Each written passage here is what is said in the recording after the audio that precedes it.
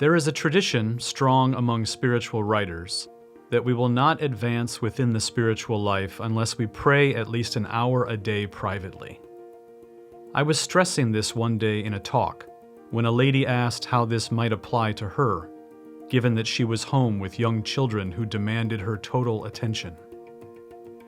"Where would I ever find an uninterrupted hour each day?" she moaned. "I would, I am afraid, be praying with children screaming and tugging at my pant legs." A few years ago, I might have been tempted to point out to her that if her life was that hectic, then she, of all people, needed time daily away from her children for private prayer, among other things. As it is, I gave her different advice.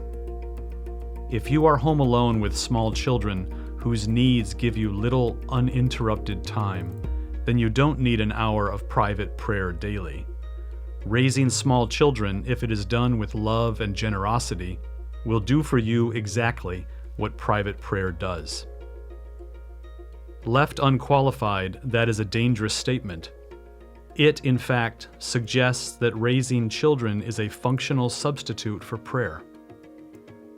However, in making the assertion that a certain service, in this case raising children, can in fact be prayer, I am bolstered by the testimony of contemplatives themselves. Carlo Coretto, one of the 20th century's best spiritual writers, spent many years in the Sahara Desert by himself praying. Yet he once confessed that he felt that his mother, who spent nearly 30 years raising children, was much more contemplative than he was, and less selfish. If that is true, and Coretto suggests that it is, the conclusion we should draw is not that there was anything wrong with his long hours of solitude in the desert, but that there was something very right about the years his mother lived in interrupted life amid the noise and demands of small children.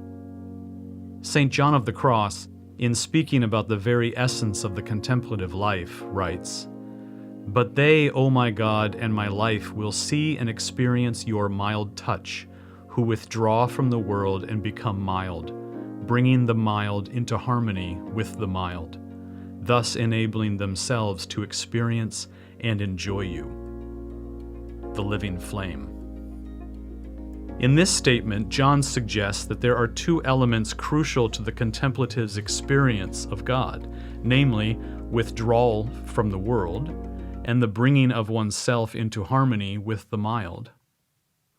Although his writings were intended primarily for monks and contemplative nuns who physically withdraw from the world so as to seek a deeper empathy with it, his principles are just as true for those who cannot withdraw physically. Certain vocations, for example, raising children, offer a perfect setting for living a contemplative life. They provide a desert for reflection, a real monastery. The mother who stays home with small children experiences a very real withdrawal from the world. Her existence is certainly monastic. Her tasks and preoccupations remove her from the centers of social life and from the centers of important power. She feels removed. Moreover, her constant contact with young children, the mildest of the mild, gives her a privileged opportunity to be in harmony with the mild and learn empathy and unselfishness. Perhaps more so even than the monk or the minister of the gospel, she is forced, almost against her will, to mature. For years, while she is raising small children, her time is not her own. Her own needs have to be put into second place, and every time she turns around, some hand is reaching out demanding something. Years of this will mature most anyone. It is because of this that she does not need, during this time, to pray for an hour a day. And it is precisely because of this that the rest of us, who do not have constant contact with small children, need to pray privately daily. We, to a large extent, do not have to withdraw.